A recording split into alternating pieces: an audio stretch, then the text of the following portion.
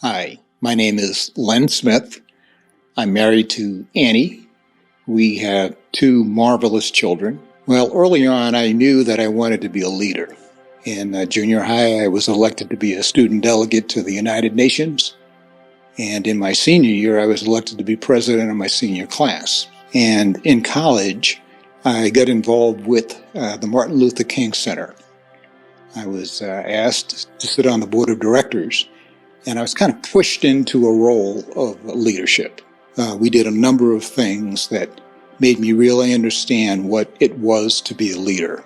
I wanted to be a leader who helped people. So my purpose in life really became, how do I find a career where I help people? And it became clear that a career in the business environment would be the best way to do that. And I was fortunate, I was blessed. I sat in chairs that put me in the room. And if you remember the movie Hamilton, they talked about being in the room.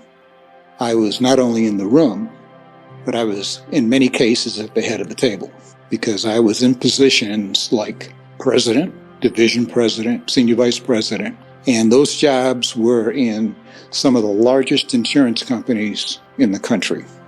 As I climbed the ladder, the challenges that I faced were seemingly daily. Many times I was the youngest person in the room, and I was the darkest person in the room.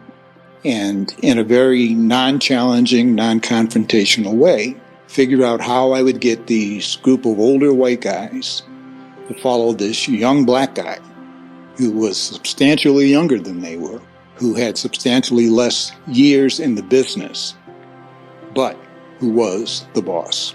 When I think of Black history, I think of all of those folks who allowed people to think of Black folks differently and give me the opportunity to go forth and do what I did with my career. It's also an opportunity to celebrate their victories. Our young people today are exposed to some degree to the challenges and the accomplishments of Black people in history. And I think our children need to learn it, they need to understand it, and they need to know how to use it in order to be successful in their own lives. Well, my Black civic leader has been both historically and today Martin Luther King Jr. I get into college on a Martin Luther King scholarship. I sat on the board of directors of the Martin Luther King Center at my college. And Martin Luther King really kind of opened the door, again, for folks like me to be recognized. He gave us the chance for our abilities to be displayed. I've been a Christ follower all my life. I was raised in the Episcopal Methodist Church. My parents were both highly faithful people, and so we went to church every Sunday. You know, life is full of challenges. There's a saying that goes something like this: it's not what happens to you, it's how you handle it. Decide what you want to be remembered as. What do you want to appear, or what do you want people to say about you at the end of the road? Once you decide that, commit to it and keep your faith.